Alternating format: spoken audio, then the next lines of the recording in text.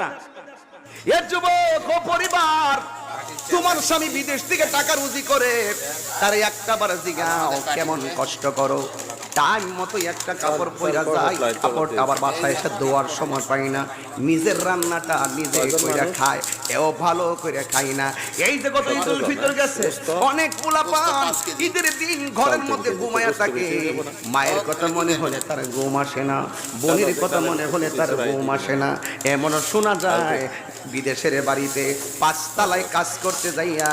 ওই উপর থেকে সেন্টারের মাল ভাঙ্গা নিচে পইরা মারা যায়, এমন কোনো দিন নাই এই চিত্র আমাদের চোখে আসে না। তখন আমরা আফসোস করি, হাই রে যুবক, মায়ের মুখে হাসি ফুটানোর জন্য, ভাইয়ের মুখে হাসি ফুটানোর জন্য, তোর জীবনটারে সুন্দর করে সাজাইবার জন্য তো এই বিদেশের জমিনে আপনি এমন ভাবে পরিশ্রম করে যাচ্ছেন। এই জন্য বিদেশি ভাইরা যারা ঘাম জমাইয়া পরিশ্রম করে